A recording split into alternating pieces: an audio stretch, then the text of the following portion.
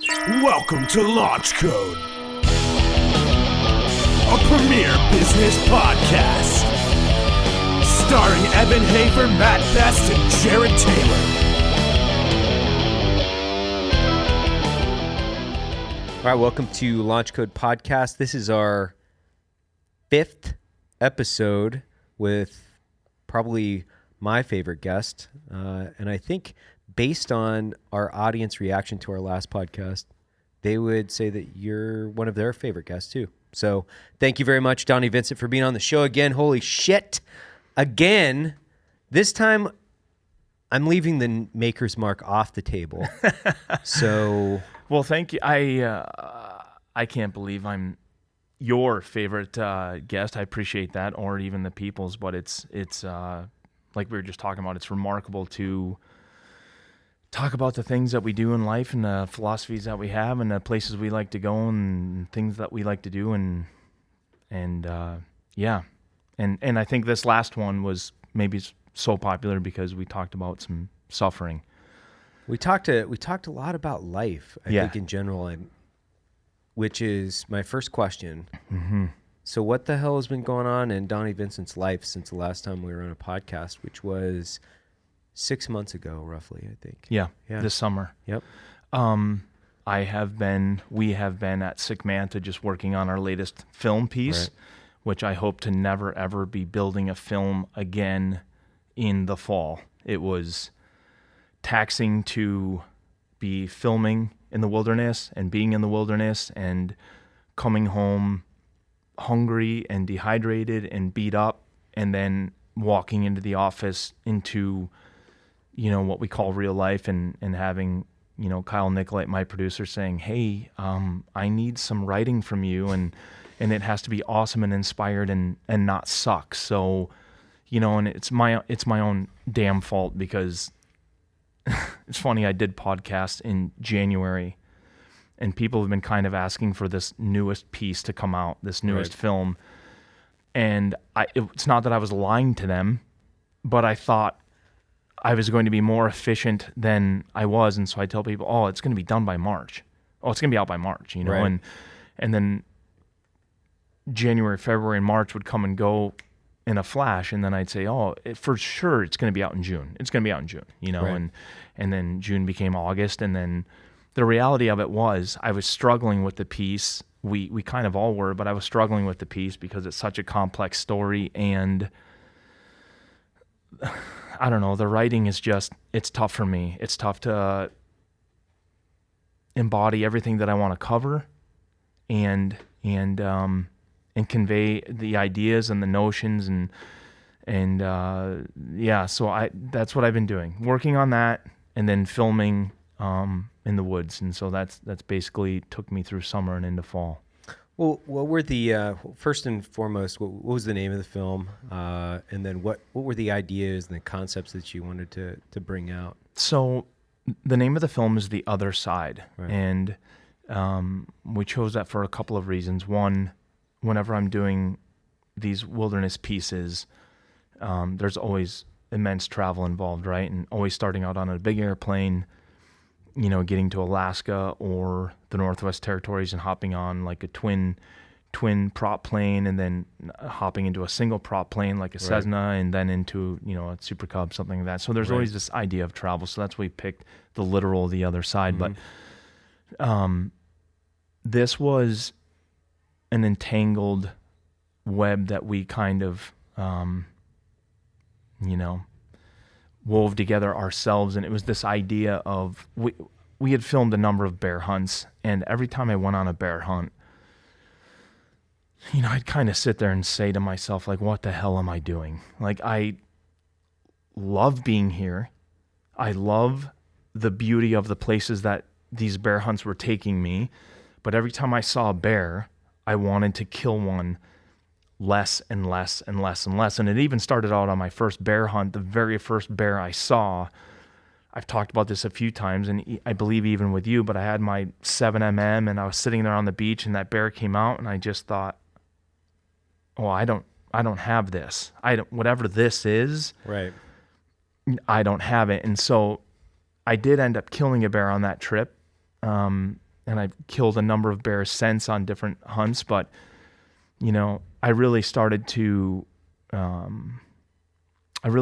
question myself when I was doing grizzly bear hunts and brown bear hunts, because we generally don't eat those animals. Mm-hmm. They are generally thought to be unedible, which is not true. You can eat them, and given an somewhat intense preparation, they can be very, very good. It is Right. intense though, like you soaking it and milking. So I just started to sit there on the side of the hill, and when you hunt these species, unless you're an Alaska resident or a Canadian resident, you have to be guided.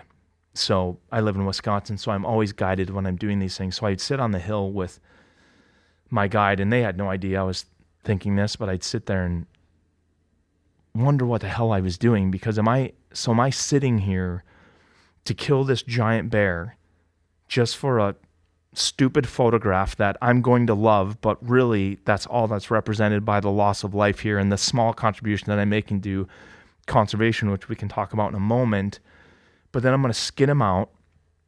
I'm going to leave his carcass right here on the side of the river, because I'm probably the only one that actually wants to carry it out Right. and actually put it in a backpack and carry it out, because it's not because I'm in love with brown bear meat or grizzly bear meat, but the certain ethics of it, for it all to add up in my head, for me to actually pull the trigger on something. I want to contribute to the area that I'm in, either by not killing anything or taking only the right animal, Right. and then taking the full skin, the skull, and all the meat out. But the realization of it is, I'll give you for instance. I hunted with this guy one time, and I told him before I even went on the trip, I said, hey, I want to take all of my brown bear meat out. And he said, I won't allow it. And I said, come on, man, like, I'm paying you. This is my tag. Right. This is my hunt. Like, this is your area, but this, and he said, okay. He said, you can take it out, but you have to strap it to the outside of the airplane.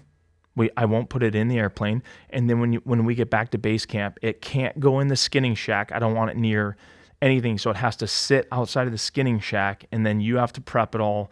And then it just basically made every step along the trip extremely difficult. And Right. so the film, The Other Side, is kind of this journey of my own, coming together of both the literal side of travel, going to these places to go hunt bears, and then also the psychology of it, of where my mind travels to, what am I doing when I'm going on these bear hunts? Am I leaving things better than when I found it? Or am I just participating in this idea of trophy hunting, which I hate the idea of? And so, but am I just the pot calling the kettle black? So it just constant self-reflection. So is that an argument? Are you having that argument with yourself a little bit, where are you saying, am I trying to justify my need or desire to trophy hunt through some other means? Is Right. that the kind of the conversation that you're having? Or Yeah, because it's funny because I come to some of these realizations as I'm doing these things. So when I was a kid and reading these incredible books, and I'm not gonna imprint this onto you, but I'm suspicious of you went through the similar thing, like relating this to your military career. I'm suspicious of when you entered into the military, what your ideas were, what your vision was, and then going through all of your deployments and then coming out and retiring, if that's what they call it, coming out. I'm curious at your afterthought of thinking, okay, this was why I went into it. This was the reality of being in it. And this is what it's like when I came out, and now what my ideas are. And so when I was a kid reading all these books and seeing all these sensational photographs of these guys next to these giant bears or caribou, moose, whatever it be, but let's just stick to bears. I wanted to go to these places.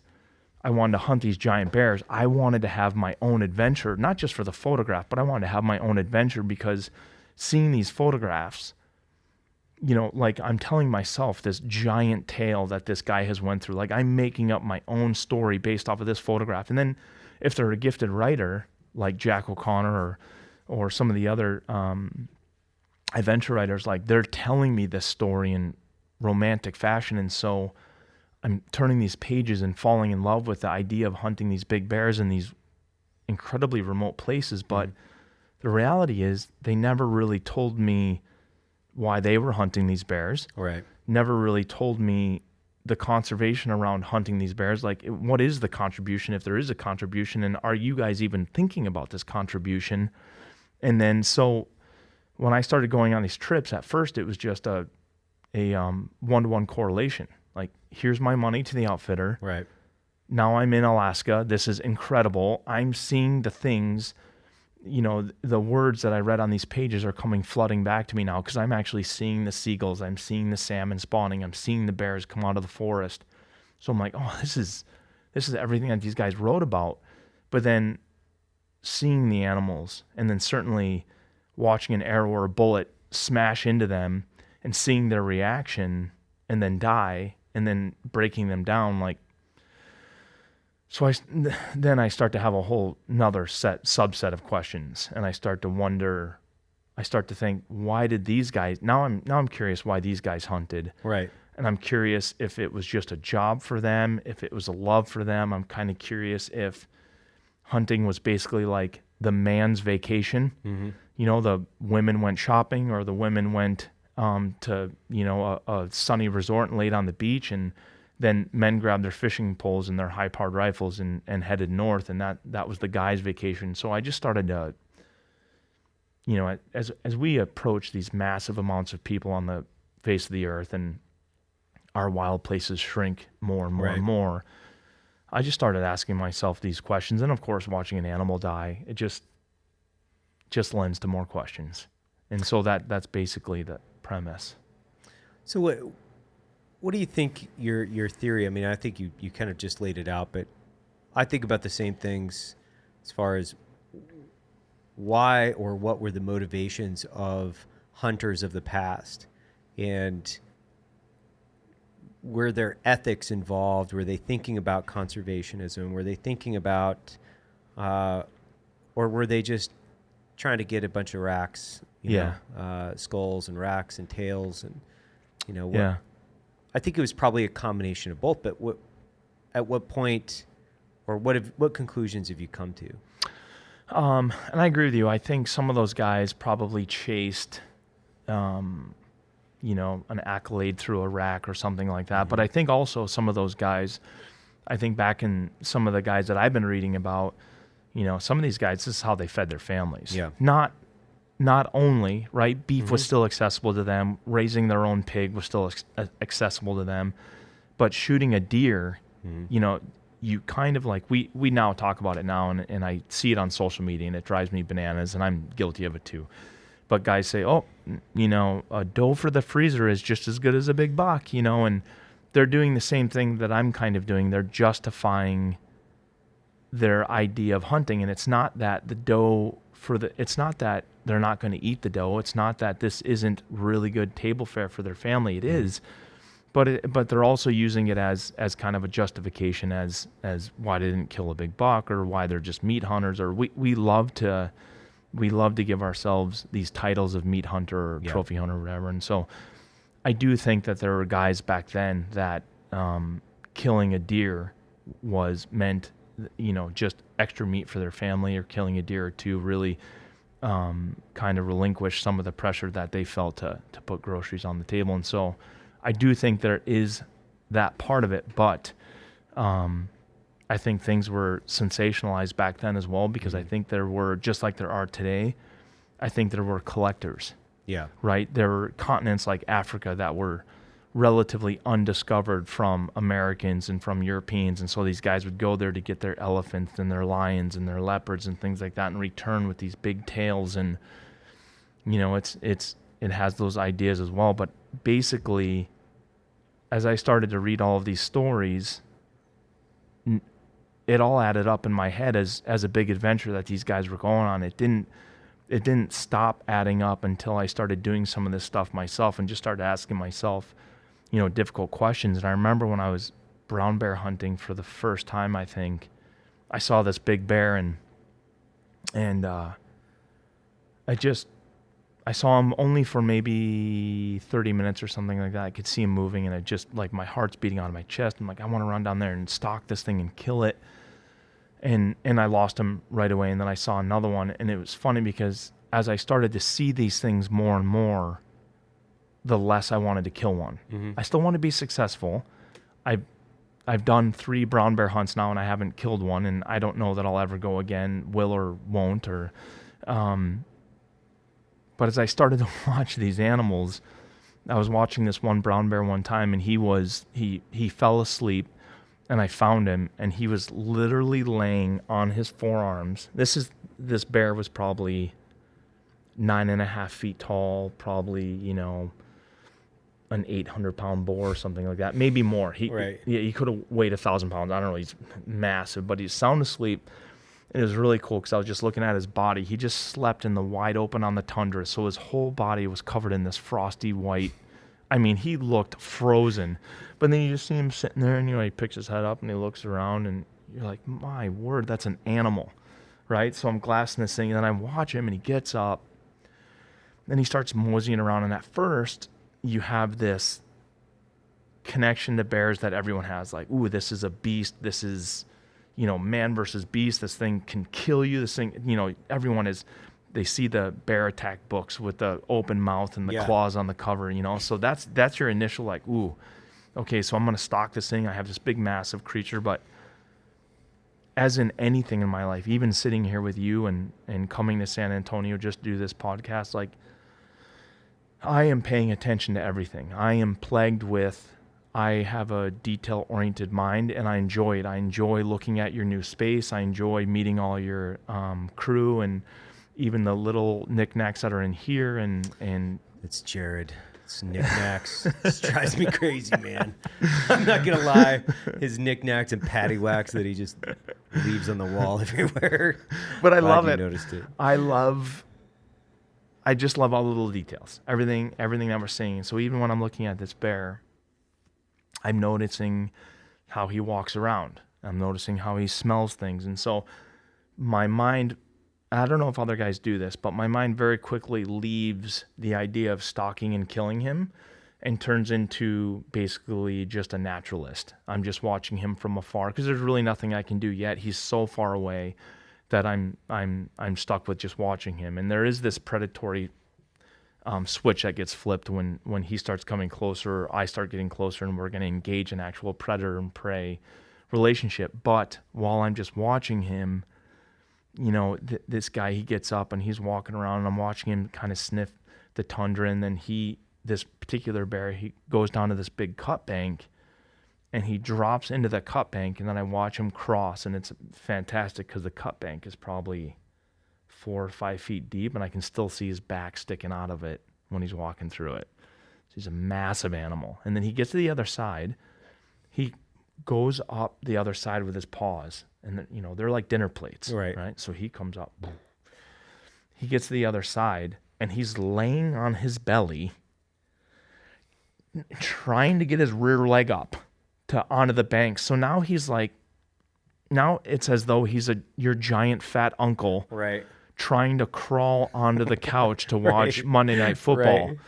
So all of a sudden, this massive, bloodthirsty animal that I want to engage in predator and prey relationship in now looks like a chubby guy trying to get up on the bank of a river. Right. And now it's become kind of charming. I'm watching him. He's throwing his rear leg up, trying to get it up, and finally the long nails of his back foot hook into the bank, and he kind of just pushes his whole front end onto the bank, slowly stands up, and continues to mosey. Not 5 minutes later, he rolls onto his back. He's rolling around on his back, and he's pulling his rear foot. He's trying to do a crunch, and he's finally... he's got a massive belly, finally does this crunch, and he gets a hold of his rear foot, and he pulls his rear foot up, and he starts chewing on his toenails. And so I'm watching this, and, and I'm looking at my guide, and I'm watching this, and those are the kinds of things that go through my mind. Every second that I watch this animal, I want to engage in the predator and prey relationship less and less and less and less and less. And so I don't know I don't know what that is, but, you know, should he have just walked out below me and been walking up the river like a bear does and been fishing and acting like a bear, and very likely I would have slipped down, you know, came to full draw and arrowed him and been extremely excited and proud of my accomplishment, and I would have taken his bear meat. I'm not going to kill one unless I'm going to take his bear meat. And I've made those arrangements with people that I'm hunting with now. I've been very careful with who I hunt with and just said, hey, you know, I'm taking the bear meat when I go. But I don't know why my mind goes to, have you ever experienced that? Have you ever went to go do something and then had your mind either talk yourself out of it, or other questions started to be raised, whether with business ethics or military ethics or anything in your life? Am I weird? No, I think I've had that so often that sometimes I think maybe I'm the only person, you know, that's had that, to the point of which I think we talked about it on our last podcast, where I used to climb a lot. Yeah. You know, and then I woke up one morning and was like, what am I doing? What am I doing? Yeah. This doesn't, like, I don't really enjoy this all that much. I like being in the wilderness. Yeah. I like experiencing these specific things. And the wilderness specifically, and I've done this several times where I've been on trips where, you know, you have a specific objective where, for me, I remember a fishing trip that I was on, which was, you know, a week or a week and a half or whatever it was, out in a pretty remote part of Idaho. And I just packed my rods away and literally like swam in the creek and played in the creek and started hiking up and down the creek and like doing cannonballs off the rocks. And I was like, for me, I wanted to reconnect with what I wanted out of the wilderness experience from that exact moment. Mm-hmm. So I wasn't having fun fishing. It wasn't that I wasn't catching fish. It was I was catching fish, but what was much better and more appealing to me at that point in time was there was a chute and this rock. There's like, you know, a nice little two big rocks in this crystal clear, beautiful creek, and it had this chute that ran down through the center. And I kept fishing this section of the river. I kept looking over at it, thinking, I bet you that'd be an awesome slide. Mm-hmm. Mm-hmm. But I'm an adult. Yeah. You know what I mean? Yep. And finally I was like, there's nobody out here. Why? Yeah. Why am I not just packing my rods away and seeing if that is an awesome slide? Yeah. Right? Yeah. Yeah. And I did. There was actually kind of a turning point because I don't go out just to bag fish or to take these trips where I have a specific objective. My objective is to interact with the wilderness in a way that makes me happy, which sounds kind of strange, but no, it's where I've started to digress into, if you want to call it a digression, but that I'll go. Oftentimes I get asked where do I like to hunt the most? What do I like to hunt the most? And it changes all the time. I'm extremely easily entertained out there. Much it sounds like you are.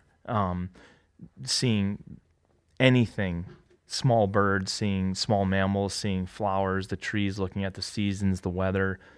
I'm just paying attention to it all and being completely entertained as though I'm looking at the last fantastic event of the day, if you will. You know, it's the whole picture's being painted for me. And so oftentimes when people are asking me, like, where do you want to go hunt? What is your favorite things to hunt? It's almost always I'm talking about the Arctic or things like that. And the reason is it's so wide open. And whether I'm hunting caribou or moose or something like that, just the experience of having all the different animals there, having all the different weather there, having this massive history of, obviously we're people, I would assume on average with people, you're attracted to the things, at least initially you're attracted to the things that you find most beautiful. If I'm in the Arctic and we see, you know, we like to talk about big white-maned caribou bulls. We like to talk about big wide-racked moose and grizzly bears. You know, people like to describe their grizzled fur blowing in the wind. I've done it many times myself. Wolves and northern lights. But there's also all these little tiny details around you, blueberries and the lichens that the caribou eat and the weather itself, and just watching the seasons progress. All of these things started to matter to me as much or more as filling my caribou tag or my moose tag. And so that's where my hunting has evolved, not through business, not through trying to create films or becoming a filmmaker, but our films have evolved into trying to encompass those ideas and trying to encompass some of these sights and sounds and trying to share it with everyone through a lens. And so that's what everything has kind of evolved into for me, is the total experience. And it sounds very zen, but it really is. I don't know, I feel much like an outsider looking in most of the time.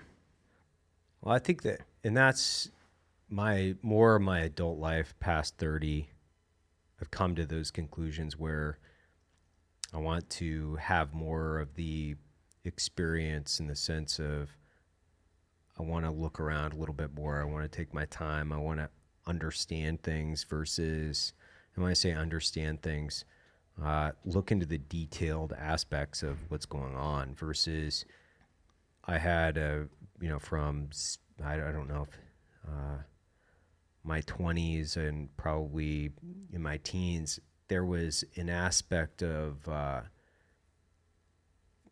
competition for some reason, where I'm going out to run 10 miles on this trail, right? There's a start, there's a finish, there's an end objective with a time frame, right? I've got this time, I've got all of these things that I want to just check off, check, which led into mountaineering, which led into whitewater rafting and kayaking, actually kayaking, whitewater rafting, and all these other things. And now I think because I appreciate the wilderness more, because I'm in it less, because of business, the solitude, the quiet aspect of things, I'm trying to get more involved in that. And the funny thing is, I'm not trying to validate anything, right? The thing that I'm trying to validate is I do appreciate this connection with the environment. So that's what I'm trying to do, is just connect with that. The funny thing is that becomes an objective, right?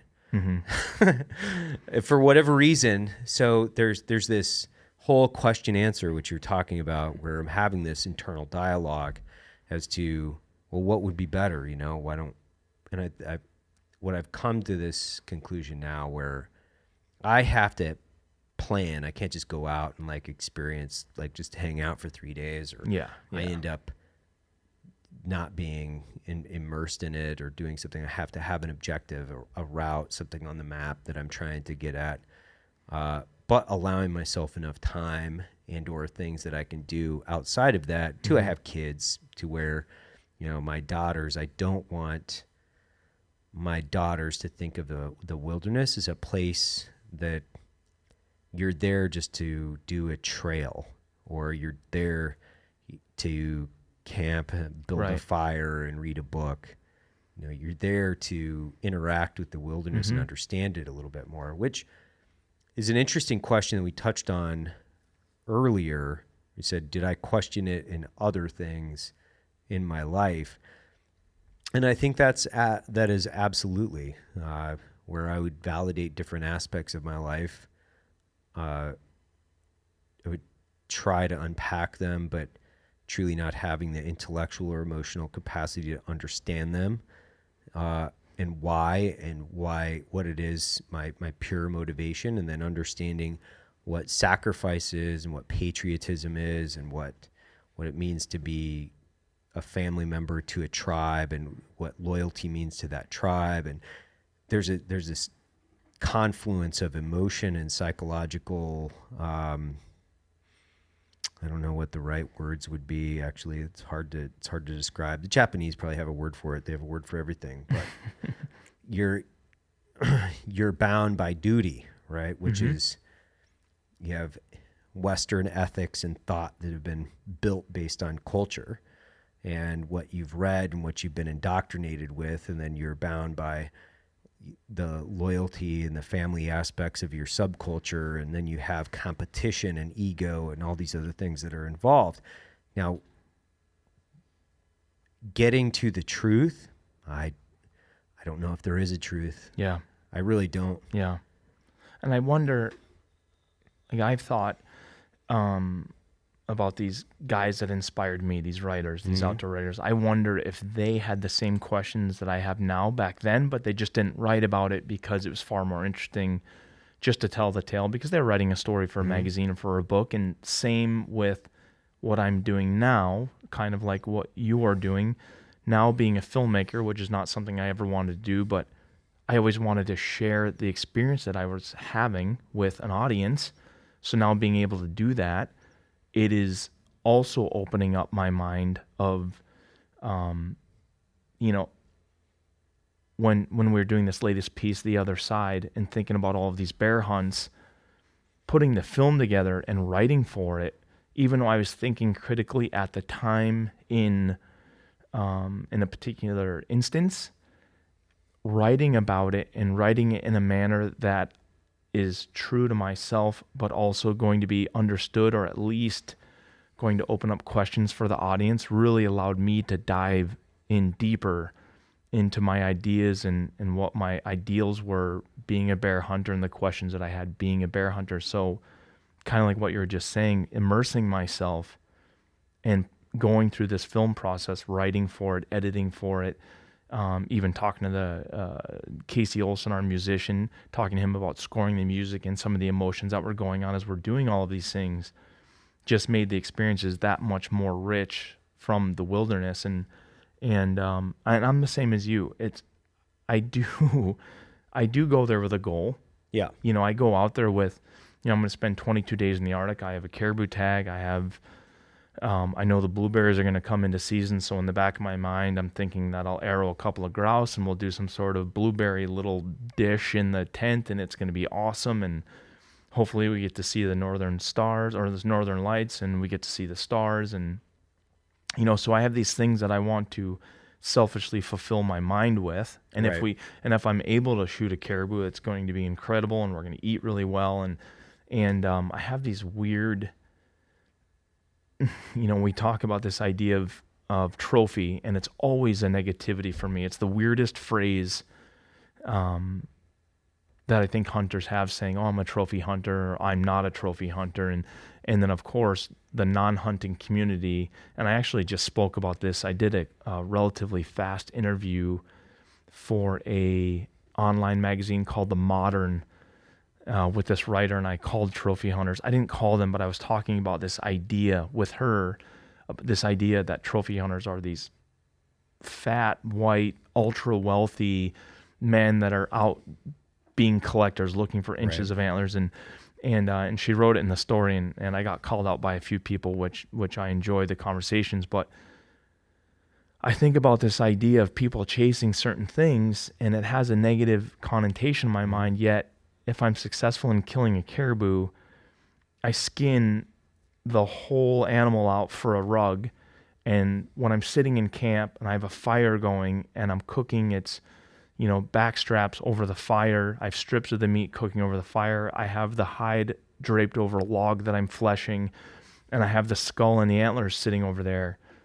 All of those things, I guess, would be trophies if you want to look at it in the sense of the word. But for me, it's so fulfilling to live my life in that manner of being, we don't have the luxury now of immersing ourselves in the wilderness like you could decades ago as a mountain man, and really live in the wilderness, really embody everything that's around you and live and die there. Whether you slip and fall and break your femur, you're probably going to die right there in that ravine unless something, a miracle, if you will, happens and you're able to get a tourniquet on and you keep infection out and you lose your leg. But you're kind of all in these instances. We don't really get to do that anymore. So this is kind of the representation of my ride, right? This is my idea of how I want to live my life and how I want to immerse myself in the wilderness and the things that I want to experience. And we're here for such a short time. And we have really individually, unless you are a massive figure in the world, we have such little impact. Right. Whether we have a lot of money or a little money, we have such little impact on the world around us that selfishly, this is just how I want to live my life. But I also realize now through film and through sharing this work that I'm able to, my message is or my ideas are going to get carried on, maybe even beyond my life, and maybe this work will get watched even after I die, whether that be, in 50 years or next October, right? And so I don't even know what I'm trying to say, but when writing for this film and realizing that these ideas of how we engage with the wilderness, these ideas of leaving it better than we found it, whether that be even a little tiny bit or a massive amount, just trying to do little tiny things, and like if we're going to improve a little piece of habitat, if you will, we're not really doing anything to the world. We're not, but we are changing that neighborhood just a little tiny bit. And same with releasing these films. We're probably not having a tremendous effect on how people see the world and how people see hunters and bear hunters, but maybe we're raising just a little bit of a question, just enough to start a conversation or to answer some people that are unsure of things. But it's literally the tiniest little things of how we want to do things, how we want to engage with others, and it all comes down to how we want to, I think, how we think we're engaging with the audience, if you will. Yeah, I could see that. I think that it's a good conversation to have across the board with everybody within society. One good aspect of social media, right? Yeah. Yep. Which is opening up a dialogue. If you can have a positive dialogue with a large group of people that expands the understanding of a subject. So, for instance, the hunting community has been on a decline since when? 1980 something. Oh, yes. Yeah, I would say something like that, yeah. And I think that the people that interact with the wilderness on so many different levels today have a greater amount of knowledge when it comes to interacting with the wilderness, which has led us to more being better stewards of the environment. And this is a contradiction that I see even within the hunting community. And I was listening to another podcast about it where there is such a large percentage of the American population that don't respect the environment when they go out into it. It's a place for them to recreate. It's purely it's a cornucopia of activity that they can just kind of fulfill any whim that they want. It was built for them. Yes, it's given to them. Yeah, it's my trampoline arena or whatever it might be. Whereas I don't believe that. I'm probably in an extreme minority of pro hunting environmentalists that truly believe that we have to protect and preserve what we have for more generations to come, because if we don't, my daughters and they won't have the same interaction and respect. No. And I don't think that people, given the correct interaction with the wilderness, it gives you so much more than when I say you can never give it back, right? Mm-hmm. And for me, that's what it does, which is provides me so much that I have to respect this because it's a place of tremendous power, and not to become so I guess I don't know, a meditative state about it, but it's very much empowering to be out there. And it's actually been proven multiple times over. Now in the day and age of reducing screen time, is your creativity does go up, your intrinsic value and your intrinsic mental health and your happiness goes up. And doubling that, if you then immerse yourself into the wilderness, your creativity and your open-mindedness and your happiness go up even more. I see a whole contingent of people, and I get to have these conversations, which I really enjoy through the film, but I see this whole contingent of people that, and this sounds completely closed-minded or small-minded, but the people that generally call the city home. Okay, I'm not going to say city folks, but people that generally do not leave the city. They, their security blanket is that Starbucks is on the corner. The grocery store is only 4 blocks away. Right. And man, every time I walk in that grocery store, every single time, there's broccoli. Every single time there's broccoli in there, and there's fresh meat. And, I just came from a film that we were doing on Tiburon Island in Mexico. There is no water on the island. So all the water that you are going to drink for a 6, 7, 8, 9 day period, depending on how strong you are, physically, literally how strong you are, that's the water that you have in your pack. And so when you have people that are in the city, or you have people that aren't going into the wilderness, whether you be a vegan, a vegetarian, an environmentalist, a tree hugger, a hunter, a fisherman, if you are not going, if you are not participating, actually rolling your sleeves up and getting dirty, then your idea of how it should be is going to be skewed. Right.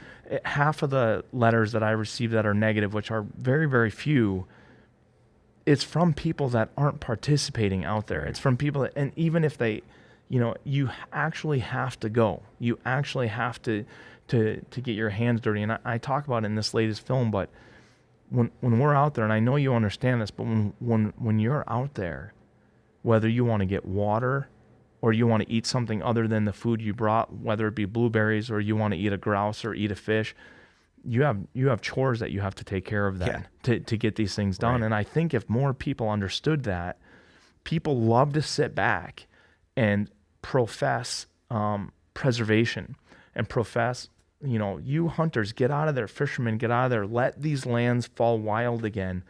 That's just not going to happen with 8 billion people. And I'm just hoping, like you said with your daughter, I'm just hoping that people are cognizant enough that we start to save these areas. And I don't even know how to do that, because how do you do that when the human population just keeps going up exponentially? How do we even... I know we're fighting for little things right now, whether that be Pheasants Forever fighting for, another 1 million acres to be turned back into CRP, or battling with farmers to get away from row crops and get back into, natural farming and different things like that. But I know we're fighting for quick wins. I did it myself. I have a hunting lease that I planted 26 acres of warm season grasses on, which was really funny because when it was a cornfield, it was a muddy parking lot. I planted warm season grasses, and all of a sudden this summer when I'm walking out there, I'm seeing a ton of snakes and frogs and turtles and all of these things on the property. And you think, did I make a difference in the world like we were just talking about? No. Did I make a difference on that 26 acres? Holy man alive, I made a huge difference. And so I don't know. I hate the doomsday attitude. I can't stand it, but either there has to be checks and balances for something that's coming up here, right? I mean, the humans were doing so well.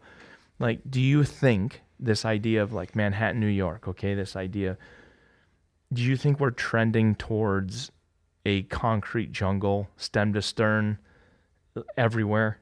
Everywhere that humans can reside, everywhere that there's enough food and water and horizontal space for humans to lay down concrete and build a dwelling, is that what we're trending towards until there is a major event, whether that be war or disease? What do you think? Well, yeah, I don't think it'll get to that point, because I think there's going to be some type of catastrophic event that will ultimately check the population based on overpopulation. Yeah. I think that's, if anything, nature has proven to us is that they can control population. Yeah. Right. Or when I say they, it can control overpopulation. So I think we would be extremely naive to believe that we could beat the system. Yeah. I don't think we can. Even if we do, let's say we trend towards this idea that I just said, this concrete jungle. Mm-hmm. Even if we get to that point, something's going to rear its ugly head. Yeah. Yeah. It's disease or it's disease. It's disease. Yeah. And I think that's the thing that as I look back on my life, because I've lived with basically zero fear, my adult life, when I say that, fear over insignificant things, my fear now is because of my children, is making sure that they understand, have some sort of connection to the environment, and that they can sustain themselves intellectually and physically in a world that's not more complex. It just has more people, and the complexities of people are the challenges that they have to be prepared to overcome. Because people are inherently great and they're inherently evil, right? When we look at all of the great things that the planet has to offer, I think with this Manhattan idea of, these superstructures and concrete jungle across the entire world, in reality, I think that the population will be checked if it gets to that point. Yeah. I just hope that guys like Elon Musk have found a way for us to get off this rock and get onto a different one. Yeah. To be honest with you. Yeah. Because but that looks like a super sad place to me, man. But isn't that funny? Even as people, we almost, rather than thinking about improving our own planet, we're almost thinking about where's the next place that we can go, and it's funny. But I think that's human nature again. Well, I think that's nature.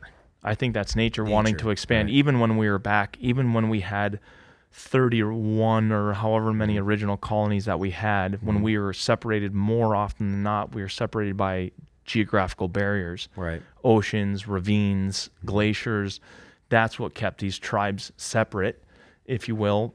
But then, invariably we built boats that could go a certain distance, and then we built big boats into ships, right? And then we found guys like you who were could face their fears, maybe not be fearless, but could face their fears and and still stand tall. And we found guys like you that would get on the ship and say, all right, Evan, we're going to send you east. We honestly, and I'm looking you straight in the face, we have no idea what is east of us, but we're going to send you east, and hopefully you come back with great stories and maybe some goods. Maybe a map. And maybe a map. And maybe you can draw something while you're going. And I've been thinking more and more about that. I think with the there's the huge debate over public and private lands. Obviously, yes. I think we I don't know if we touched on that in the last episode or not. I don't think so. But no. I've talked to my business partner, and it's funny because the guy that owns and runs Black Rifle Coffee, everybody automatically thinks that I side with a party, the conservative party and everything, right? And it's like, absolutely not. No way, shape, or form do I agree with everything uniformly. I wouldn't be sitting here if you did, to be honest with you.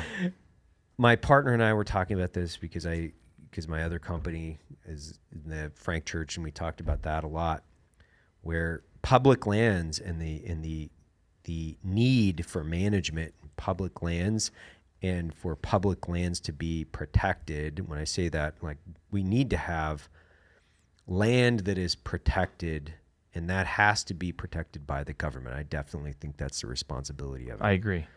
I do not think that private individuals and businesses have the ability to manage the environment effectively, because they've proven time and time again, as inept as I think the government is at times, we have enough national parks at this point to demonstrate that they are relatively good stewards of the people, of protecting millions of acres.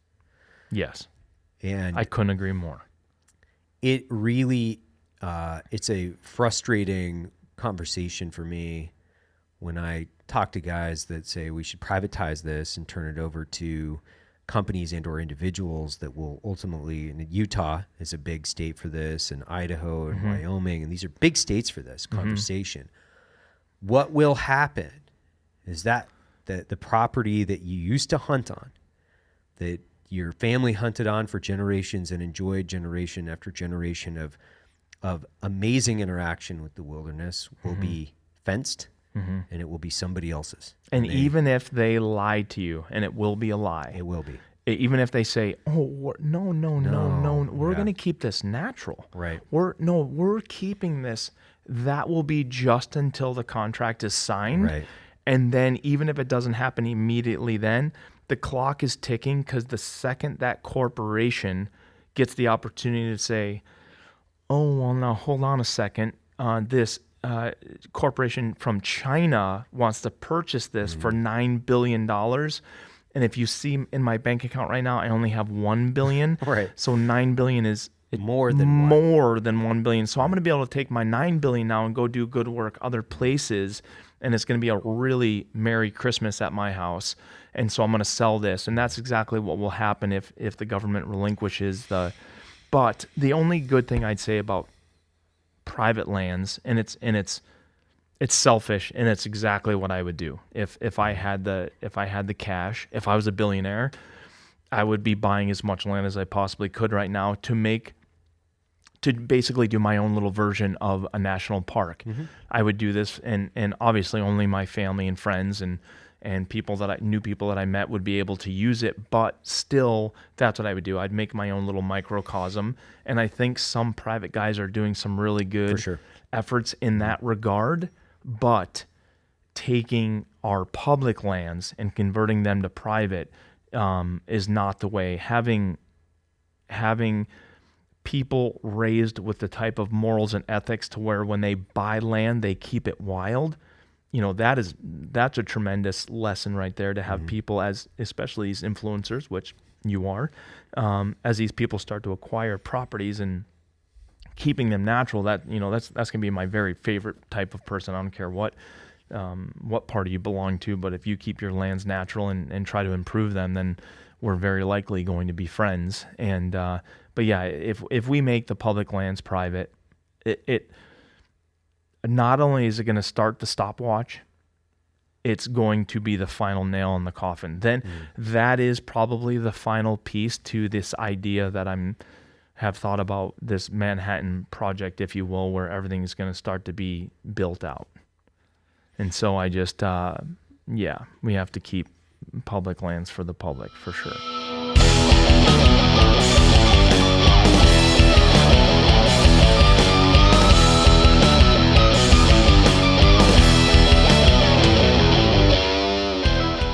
Thank you for listening to Launch Code. This concludes part 1 of 3 of our conversation with Donnie Vincent.